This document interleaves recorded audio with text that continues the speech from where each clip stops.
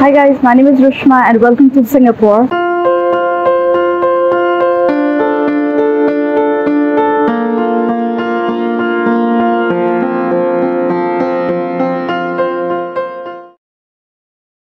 So I reached Singapore today and I came here from Kathmandu. I left Kathmandu yesterday.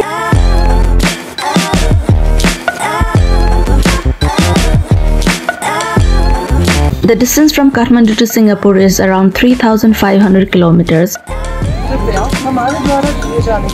And if you take a direct flight, it takes around 6 hours.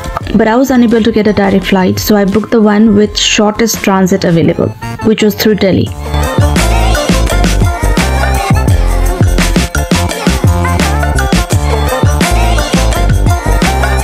It was a long flight.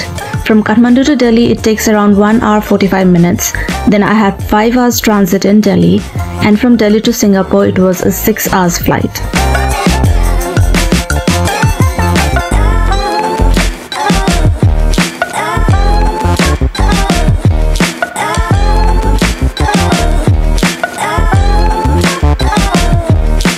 So I reached here around 8:30 in the morning, Singapore time.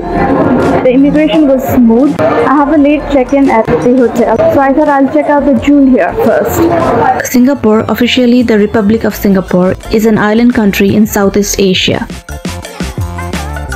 Right now I'm at Changi Airport and this is the Jewel. Singapore Changi Airport is a major international airport in Singapore and is one of the largest transportation hubs in Asia. As one of the world's busiest airports, it has been rated as the world's best airport by Skytrax a dozen times and was the first airport in the world to hold the accolade for 8 consecutive years. And what you see behind me is the vortex.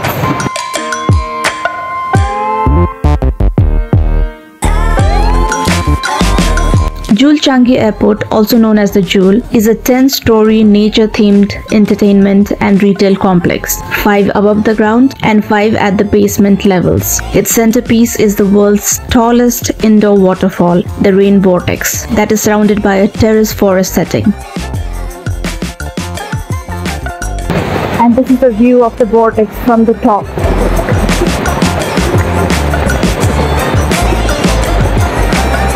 So this is where you can buy the online tickets for the canopy walk.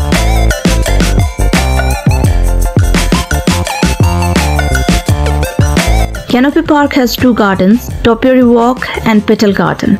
But if you want to pay in cash, there is another counter right in front. It also has a suspension bridge called the Canopy Bridge that is located 23 meters above the ground, which offers a panoramic view of the rain vortex.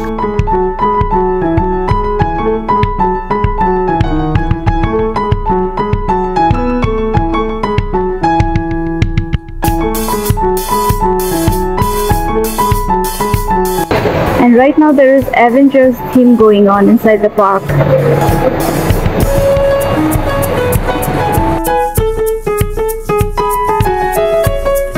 The Avengers theme are from 26th May till 30th July.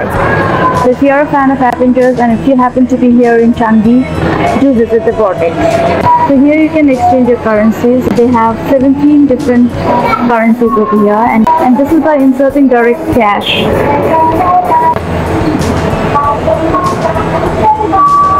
You cannot change Singapore dollar to foreign currencies, but you can change foreign currencies to Singapore dollar. This feature is coming soon. And there is also a cotton candy vending machine. How cool is that? And apparently there is also a gold vending machine. The Jewel also has a hotel with approximately 130 rooms and is operated by the international hotel brand Yotel.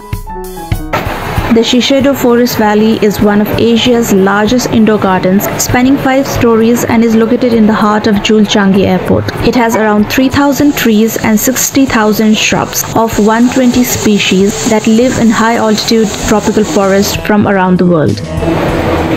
There are lots of restaurants also here in Changi, so you don't have to worry if you're hungry.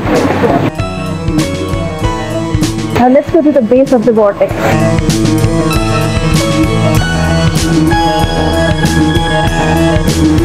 The rain vortex, sponsored as the HSBC Rain Vortex, is the world's largest and tallest indoor waterfall. It is 40 meters high. The recirculating rainwater is pumped to the roof to free fall through a round hole at up to 37,850 liters per minute to a basement level pool. An acrylic funnel at the bottom prevents splashing and insulates the sound of the cascade. And at night, the circular walls of the waterfall becomes a 360-degree stage for a light and sound show, which I'll show you in my upcoming videos.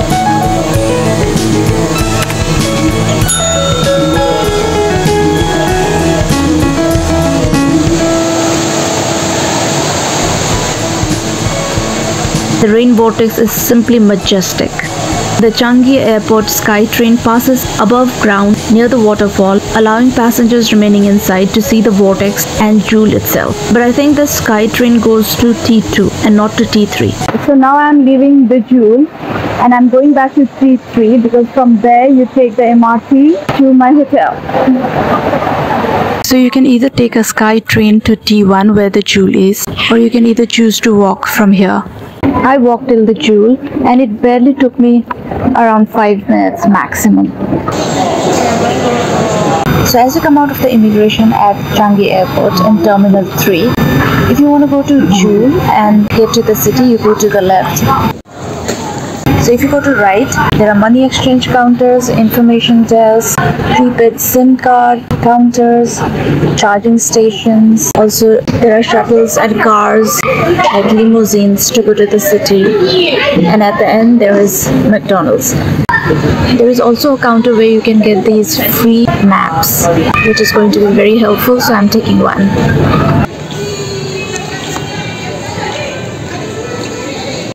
And to buy the MRT, you have to go a level down.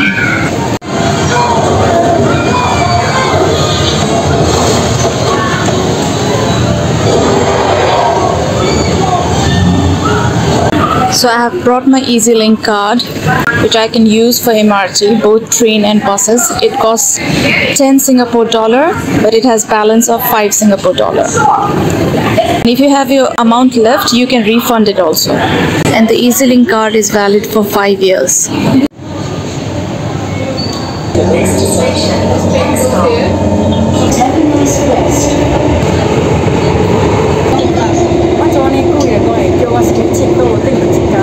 So I have reached the Little India area. Now I'm just roaming around looking for some food. The hotel guy has recommended me a place. Let's go and find some food because I have not eaten anything today.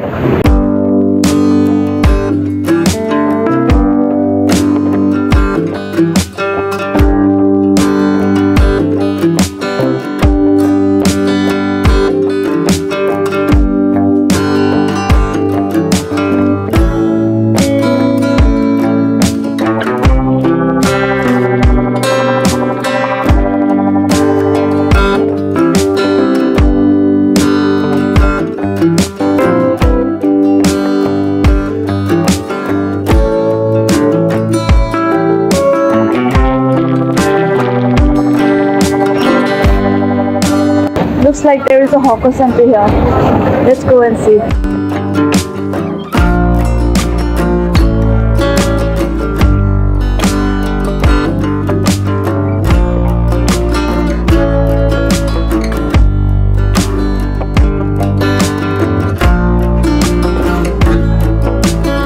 This one is a fried dory. One is a black fish, fresh one.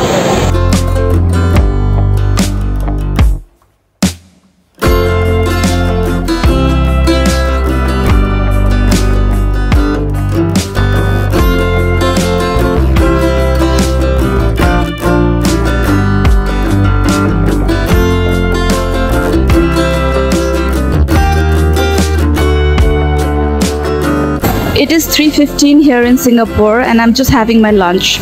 Actually, this is the first meal of the day. So after going around the hawker stalls, I decided to have this lor mee. Lor mee is quite famous here, and I also came to know that lor mee is actually a Singaporean dish. It is a noodle dish. It is topped with some sauce and they put a lot of different variety of meat. It has chicken meatballs, fish balls that has been cut into pieces, and the other one is either pork or beef. I'm not very sure. So, but overall, my first meal in Singapore was quite nice. I really liked it. After that delicious meal, now let's go and stroll around Little India.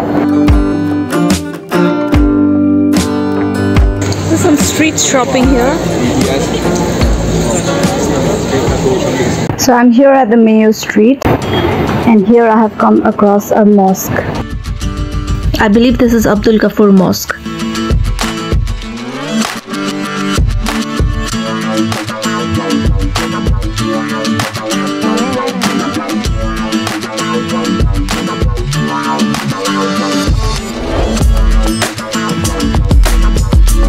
Little India is an ethnic district in Singapore, formerly home to cattle herders, lime kilns, and a race course.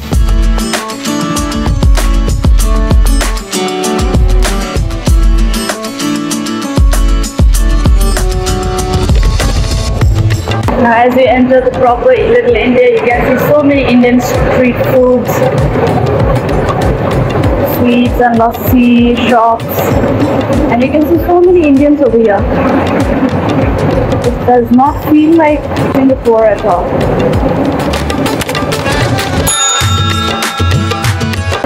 This is the Indian Heritage Center. Look at the line over there. I don't know what it's for.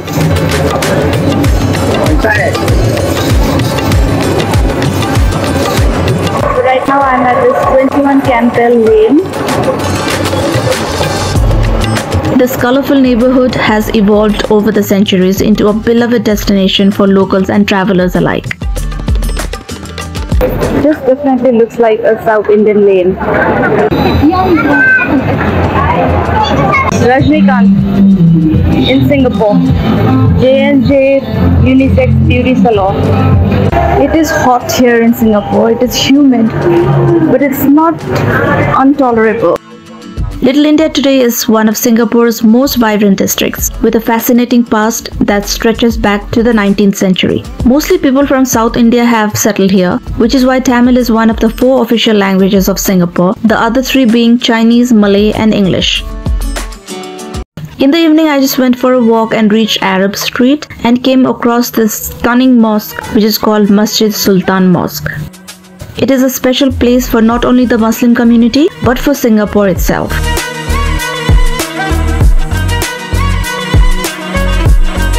There are such restaurants beside the mosque. It began its life in the early 1800s when Sultan Hussain Shah, ruler of Temasek, that is the former name of Singapore, proposed to build a mosque. These days, it's considered the National Mosque of Singapore. I thought I would come back the next day since it was getting dark, but I could not, and I feel really sad about it. Maybe I'll visit this place and Haji Ali Lane the next time I come to Singapore.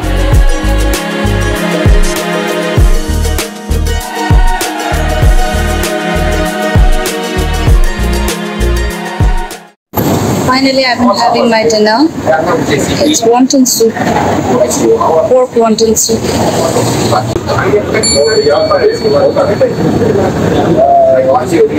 There are all sort of bok choy, wonton, fried garlic.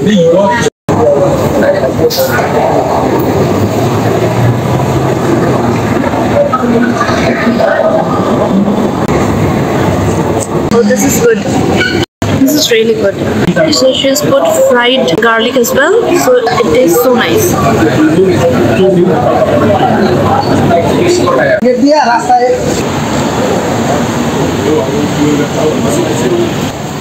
So that's it for this episode of Singapore. I hope you liked it. Thank you for watching. Do subscribe to my channel. Give this video a like, share it, leave a comment, and I'll see you in the next part. Take care.